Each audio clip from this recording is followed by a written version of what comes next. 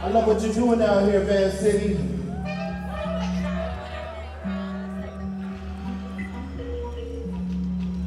It's Friday morning, with the weed out. Let me dip into my pocket for my back weed sack. 'Cause I wanna get high like a plane in the sky with the endo cloud in my brain. What the fuck am I zigzag in my lighter? So I can roll it and set it on fire. Damn, I wish I had this. It's so sticky that I can't. Okay, welcome back. This is Jason Wilcox once again. I got David here from California, special guest here down. This is the weed report himself here visiting from in Canada for the Vancouver Health Expo 2013. David, welcome to BC. Right on. Thank you so much. It's really cool to be here. Having a freaking great time. I heard last night was a bit of a rush for you there, but Yeah. Just a festival of medication and rapid healing. We'll put it that way. Accelerated, compressed healing medical scenarios that I. Translator's like, but I don't speak Canadian. So I'm like yelling at the chick at customs. I'm here for tourism. I'm here. Sorry, that's not funny. Let's go to the slides. Shatter. That is it's a King Kush letter. You guys gave us King Kush, I believe, from Vancouver Island. Is that a thing? It's fucking amazing. It's great. It's shattery.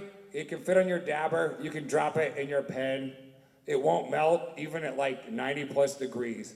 Good shit, easy to work with, sometimes lacking in terpenes. Can we do a slide? Participated in, and definitely am a better man for it. excellent. And now you've been doing the weed report for a long time. I mean, back in the day, I remember seeing it just ongoing. Sure. You've been doing this for years. You're based out of California. Why don't you tell us a bit about what's going on in California? You know, down in LA and in California in general, they're banning a lot of clubs. Luckily, the one I get to work at, that dispensary gets to stay open. But got to visit a couple dispensaries yesterday here. That was really cool. A lot of similarities, a lot of differences though. Down here, the cafe, you know, you guys got the cafe culture that freaking rules. Like you have that on a lock. You know, it's better than what I've seen in Amsterdam, you know what I mean? As far as hardcore, serious medicating, you know, like aficionados crammed in one room with the amount of medicine. I really like the quality of the medicine up here and the price point that goes with it.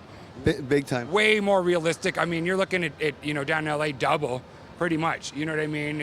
And your guys' perception of weed, you know, it's like we think of things differently. You know, you guys, it's grams, you know, grams of medication. For us, it's all these street leftovers with your eights and your quarters and your zips and your thing, and that you guys have moved past that a little bit faster. You know, I just also like the compassion of the patients I've met up here. People have just loaded me down with some of the most killer nugs. People I've never met before just laying trees on me. That is so freaking cool. The weed nerd in me loves it because I get to see all these strains that I never get to smoke. But the traveler in me loves it just because, you know, it just reinforces that stereotype of Canada as just being one of the coolest countries ever. Well, we love to pride ourselves and say we're Vansterdam, right? So Yeah, no, it's harder than Amsterdam. I've been to Amsterdam, but in the day I've been, a day in Vansterdam so far has been way harder than a day. wait till day 3. I know in Toronto by day 3 was rough for me, so we're looking forward to it. I brought my sport lungs. They're back at the hotel.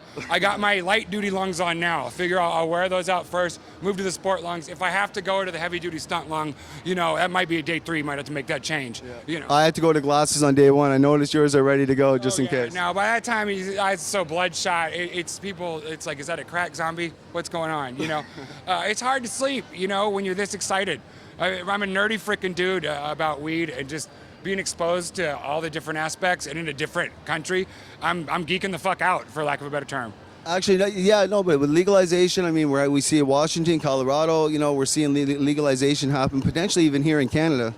Even if legalization was to go through, say in the U.S., I believe 7 more states have it proposed. Is that correct? Yeah, it's still a long way off. It's still an act of civil disobedience, you know. But I mean, my dream one day is to have a completely legal marijuana you can get in any stores, super cheap, amazing concentrates, doctor prescribed or not.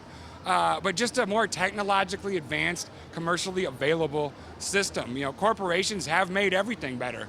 You know, where would computers be without corporations? You know, and the government can help too. People fear the government's help, but government protects us from a lot of things. We couldn't have canned food in the stores if it wasn't for government protecting us. You know what I mean? How do you feel about personal production when it comes to like Washington State's model versus Colorado? Like Washington State, the government controls everything, or the state if you have it, and you can't grow. But in Colorado, if you're legal, you can grow 6 plants if you so wish. Right. I think everyone should be allowed to grow their own medicine. I mean, that I feel should be at the fundamental part of all of it. I mean, that was the concept behind so many early marijuana laws. Unfortunately, it does kind of give the perception to government that it's easy to grow. Yeah. And real good medicine is really hard to grow. You know what I mean? That's why I rate weed. I don't grow it. I don't have there's an art, there's a patience. It's a mixture of art and science.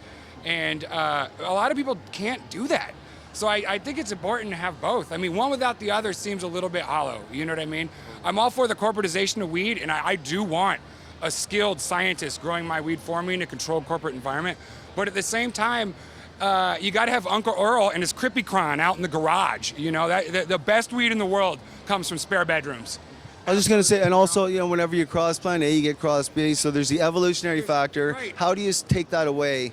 And when it's a harmless thing, like, are you hurting anybody in the process of what you're doing?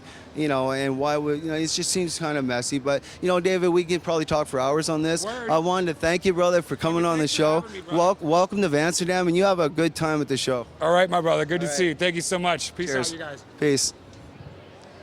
Thanks, man. A business is blossoming at a hydroponic shop in BC. Sales have been smoking hot ever since 2 U.S. states legalized marijuana. The company, called Green Planet, carries everything anyone would need to grow plants, any kind of plants, indoors. In Colorado, it is now legal to have 6 marijuana plants in a secure area.